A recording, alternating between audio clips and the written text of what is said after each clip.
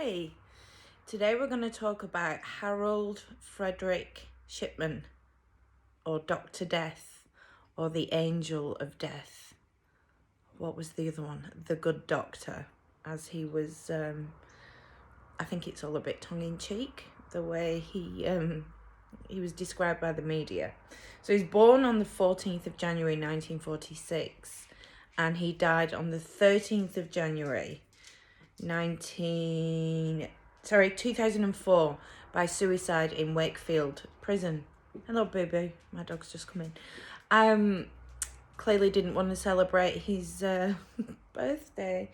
So yeah, he hung himself in Wakefield prison. That's in Yorkshire. So he was charged with a total of 15 murders, although the number was suspected by police to be around, I think it was 265 plus. They don't have an actual answer.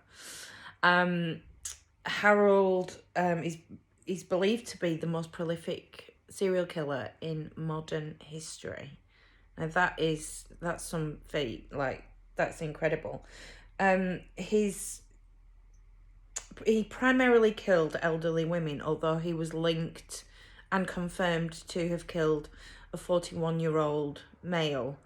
And it wasn't confirmed, but possibly a young girl at the age of 4. So you bastard, Shipman, rot in hell, seriously. So his modus operandi was linked to the death of his mother. Now, Shipman was 17 when his mother was dying of end-stage lung cancer. And I'm not sure if they had Macmillan nurses back then, but the doctors that were going around treating the pain from these end-stage cancer patients, they were using morphine. And Shipman noticed that it was really, relieving his mum's pain. And he got, I don't know, I think he got a bit obsessed with it. So he graduated from Leeds Medical School in 1970. And his first position was as a GP in a place called Todmorden. Now, my mum had a dance school behind the GP practice in Todmorden.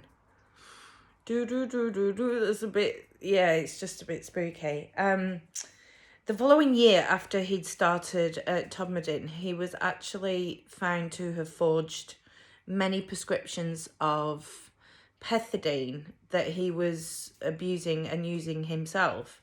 So he was given a $600 fine, and he briefly attended rehab in York. That's dog number 2 coming. Hello, Hamish. So he moved from Todmorden and actually set up his own practice in Hyde, which is near Manchester. He basically went around killing elderly women using diamorphine, which is, it's a bit like heroin. And he was just forging old age on their death certificates. It was only when the local funeral director noticed that the body count was actually getting quite high, and that they were all Shipman's patients, that he, suspicion grew. He had to countersign every death certificate to say that they could be cremated. Now, for Shipman, if there's no burial and they're cremated, then there can't be an exhumation and there can't be further testing by the coroner. So he thought he was onto a good one, let's murder them, forge the wills, and get them cremated so that nobody can find out what he's up to. He's actually quite smart, really, but he got found out. So the suspicion about his dodgy practices really, really came to a head when his last victim was a lady called Kathleen Grundy. And when she died, she was buried. That was right. She was buried. But when she died, the family went to the solicitor for the reading of the will, and found that there was nothing left to the family. It was all left to Harold Shipman. £369,000. Now, when police started investigating, they actually found a Brother typewriter. It's a make. and that was used to forge the will. So not only was he killing elderly people, he was also forging their wills. Anyway, Mrs. Grundy, she was exhumed by the police, and on further examination, guess what was in her system? Diamorphine. Now, Shipman said, no, she was an addict, and he produced her medical records to the police, but it was later found to have, the comments that were written about her being a drug addict were later found to be written post-death.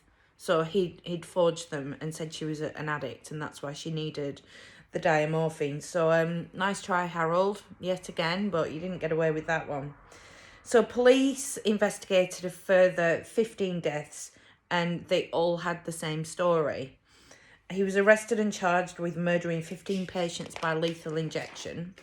His trial was held at Preston Crown Court in 1999. Now, I was a student nurse at Preston University in 1999. Like I said, I would have gone, but I didn't know about it. He was sentenced to life in prison without the possibility of parole, and he was subsequently struck off the GMC, which is the General Medical Council.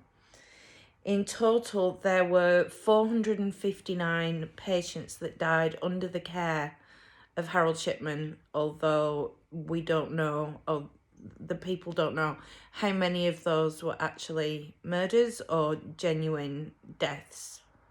Does that make sense? Genuine deaths? Yeah, I think so. Anyway, so that's the story of Harold Shipman. I hope you enjoyed it, and might all look at doctors a different way from now on, eh? All right, thanks for watching. See ya.